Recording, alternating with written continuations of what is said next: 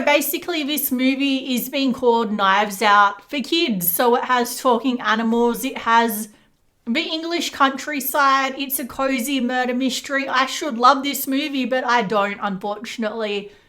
Look, it comes out here in Australia tomorrow in cinemas, so it's a comedy slash mystery about a flock of sheep who are trying to solve the mystery of who murdered their shepherd, played by Hugh Jackman. So this is based upon a book. Okay, so the cinema I went to had like 80% senior citizens in my movie theatre with their choc tops, and I thought it was so adorable. There was this couple in front of me holding hands with their little ice cream cones, and it just looked like they were on a date. It was so cute. So I'm glad to see these sort of movies really are for all ages.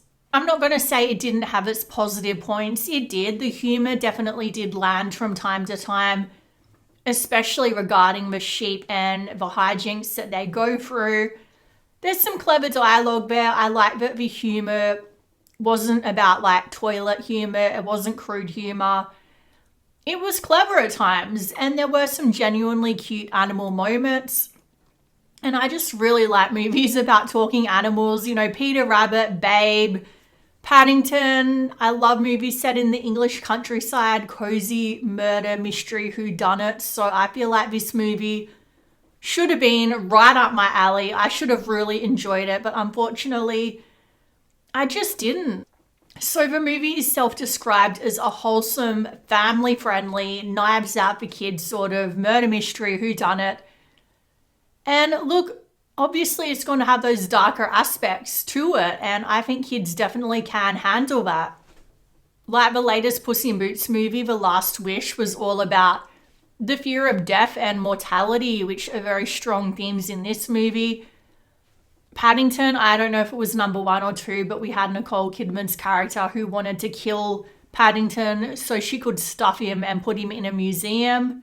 We have Babe, and the whole premise of Babe is that Farmer Hoggett was originally planning on eating him. So there's always been a thematic undercurrent of darkness to these sort of kids' movies, but it was always balanced so well.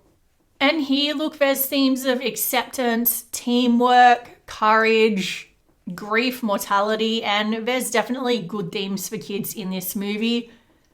It was just the execution. It did feel a tad nihilistic at times that went against the coziness of the setting.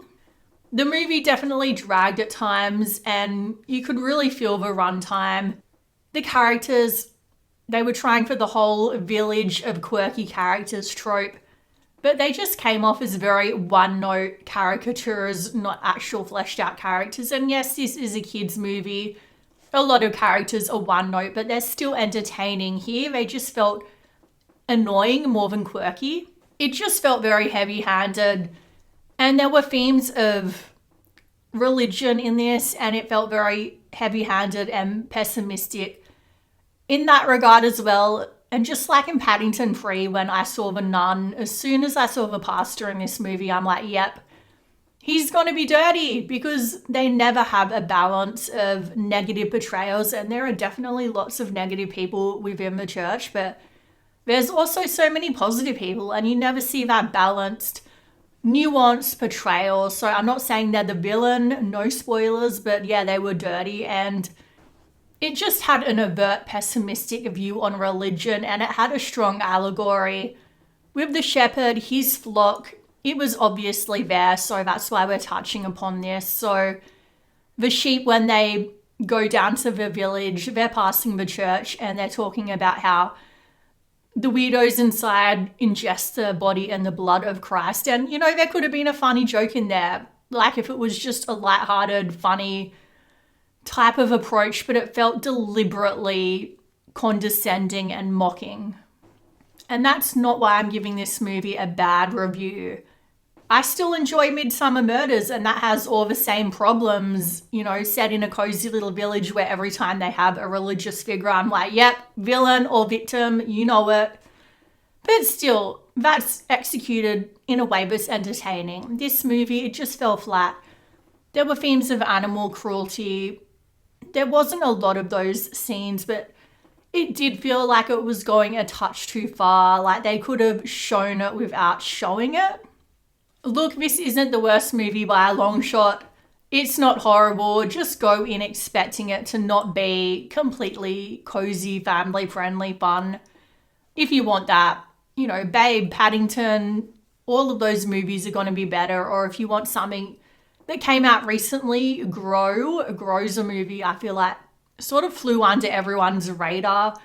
That was a pretty good family-friendly movie about kids and gardening and giant pumpkins, and it has the new Harry Potter kid in it.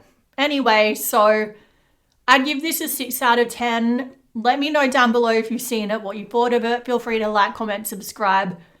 Otherwise, I'll see you guys in the next video.